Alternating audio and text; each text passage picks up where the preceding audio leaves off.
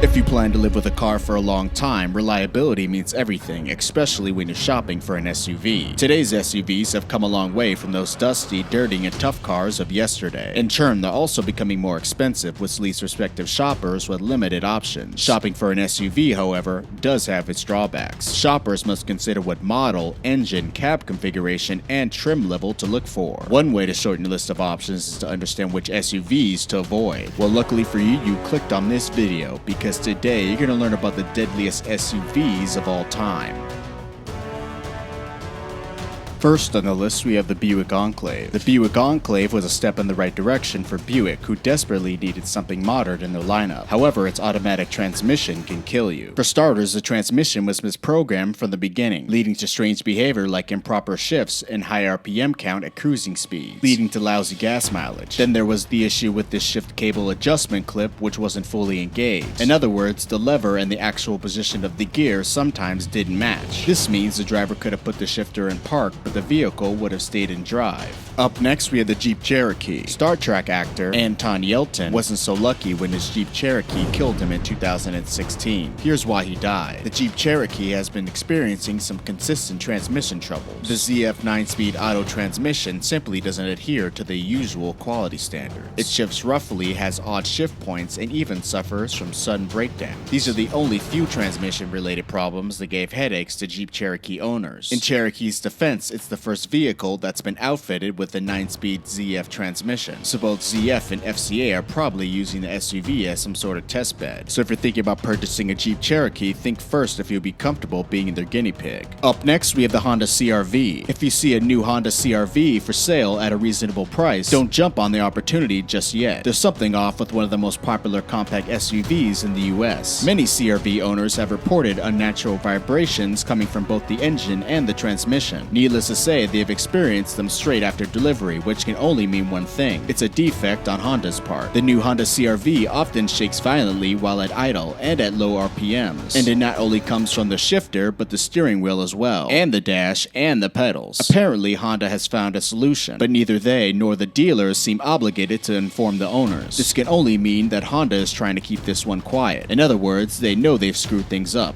epically. Up next, we have the Kia Sorento. The Kia Sorento's main problem is related to the engine and the engine cooling, so it was crucial to save your oil change receipts if you wanted Kia to honor the warranty. That's one thing that many Kia second-generation owners learned the hard way. They were baffled by the fact that their car excessively burned oil even after changing it regularly. It doesn't matter if it's a 4-cylinder or a V6, the Sorento's engines are prone to catastrophic failures. Up next, we have the Nissan Pathfinder. Now, the Nissan Pathfinder has always been one of the most competitive vehicles in its segment. However, early third-generation SUVs were plagued by coolant leakages which have ruined countless transmissions. A defective radiator tank design that ruptures and leaks coolant is to blame. When coolant mixes with transmission fluid, it triggers an irreversible process of transmission erosion. Up next, we have the Dodge Durango. If an older Dodge Durango is what you're aiming at, it's important to know that the models from the 2000s suffered from very unreliable engines, which were prone to building up oil sludge and had a habit of failing. The Durango's Magnum V8 engine simply can't be counted on among some of the better things that Chrysler produced over the years. Newer Durangos, on the other hand, suffer from FCA's well-known faulty totally integrated power module, which in turn can lead to all kinds of electrical issues. It's no matter why most of the 2011 through 2013 model year Durangos have been recalled for this issue. Up next, we have the Ford Explorer. The Ford Explorer has had long and well-documented transmission issues, most notably during the early 2000s. It's suggested that 1 out of 10 of the 2002 through 2004 Explorers won't be able to avoid transmission failure somewhere down the line. Hard shifting, skipping gears, and a flashing OD light are what accompanies this issue. Typically, the early 2000 Explorer can be fine for anything between 50,000 miles and 100,000 miles before requiring an entirely new transmission. You'll agree, however, that a vehicle with this kind of mileage on its odometer shouldn't require a rebuilt transmission. Up next, we have the Toyota RAV4. Toyotas are generally some of the most reliable cars, and so is their best sold SUV, the RAV4. But if there are model years to avoid when shopping for a RAV4, these would be the 2006, 2007, and 2008. The problem? Excessive oil consumption. Of course, Toyota will tell you that it's nothing serious or even normal behavior. But running through a quart of oil every 1,000 miles or so can't be normal. It may be caused by defective piston rings, but the only thing Toyota has done so far is to issue a technical service bulletin to their dealerships. This still doesn't mean that your vehicle will be covered by full warranty. Up next, we have the Chevy Equinox. Unfortunately for prospective Equinox buyers, some early first-generation models have suffered from well-documented head gasket problems. It's probably due to the poor design of the engine cooling system, but the Equinox's 3.4-liter V6 engine deserves the title of head gasket eater. Maybe it has to do something with the fact that it was made in China. The Chevy Equinox is one risky car to buy, and it will likely fail somewhere down the line if it hasn't failed the previous owner already. Needless to say, if you decide to join the army of disappointed Equinox owners, be prepared to rebuild or change your engine entirely. A blown head gasket requires nothing less if not treated preemptively. Up next, we have the Saturn Mu. It died with the Saturn badge in 2010, but the Mu should have been axed long before that. It's almost forgotten now, although it wasn't that long ago when it still rolled off the Saturn manufacturing plants. GM also settled a class action lawsuit related to Mu's extremely unreliable VTI transmission. Extended warranties and covered repair costs did not mean that the problem magically went away. There were still a lot of Mu's out there, waiting for their next victim. All of them are now officially out of even the extended 125-mile 8-year warranty. Plus, the VTI's transmission itself was discontinued after 2005, so there's the issue with the lack of replacement parts. Avoiding it like the plague would be our recommendation. Well guys, those are the deadliest SUVs of all time. If you guys like this video, give it a thumbs up. Also, if you like what you see the channel, subscribe and put post notifications on.